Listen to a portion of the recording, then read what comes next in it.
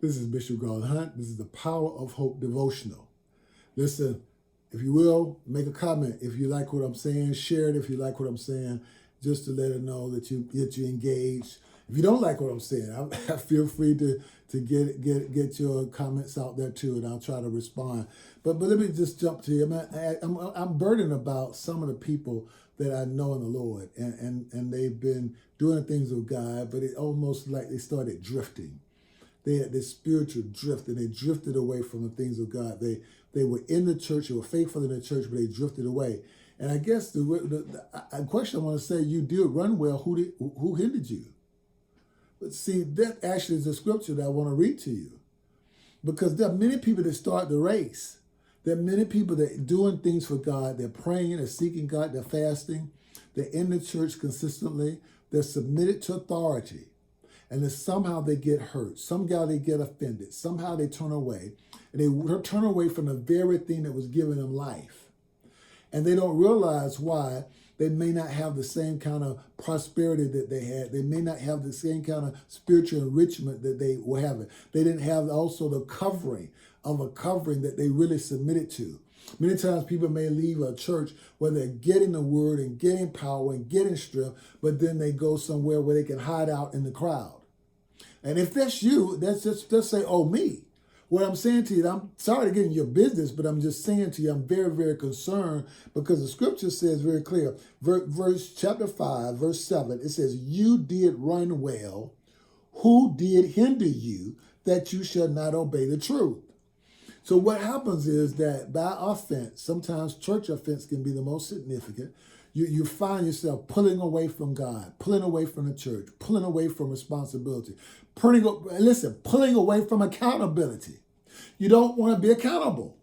You don't want to be accountable to a man of God, a woman of God, or anybody that's in your life. You don't want anybody judging you. Oh, don't judge me. But it's not a question of judging. You don't want accountability to live a great, holy life.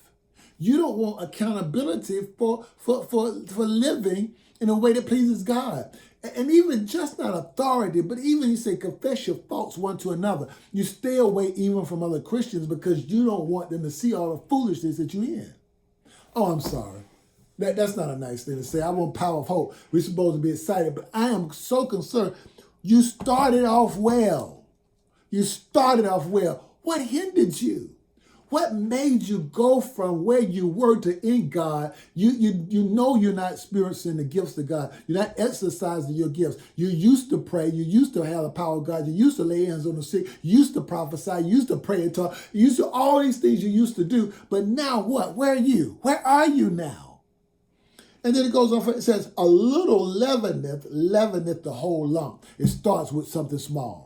It starts with something small, some little offense. Somebody stepped on your toe. Some preacher did not appeal to you in terms of what he said. You thought they were referring to you. They pushed the tires too much into money, too much into this, too much into a judgment. You have all these different things going on. Listen, let me be clear to you. You're not going to find a perfect church.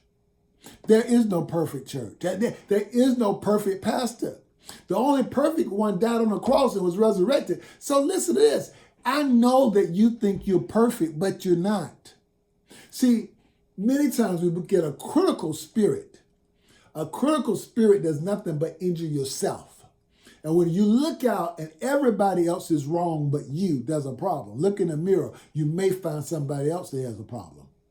Because if you feel like you can criticize everything in the church, everybody in the church, everything, then what I'm saying to you is that, man, but it's possibly that the issue is you. So then you go to another church and you carry the same thing over there. You carry the same impurity over there, the same contaminated heart over there. And it's cyclical. It's cyclical. In other words, the same problems, the same issues. Oh, you may last for a year. You may last but still it's the same issues because things aren't right in your own heart. You did run well. Who hindered you? This is Bishop Garland, Power of Hope Devotional. I'll talk to you next time.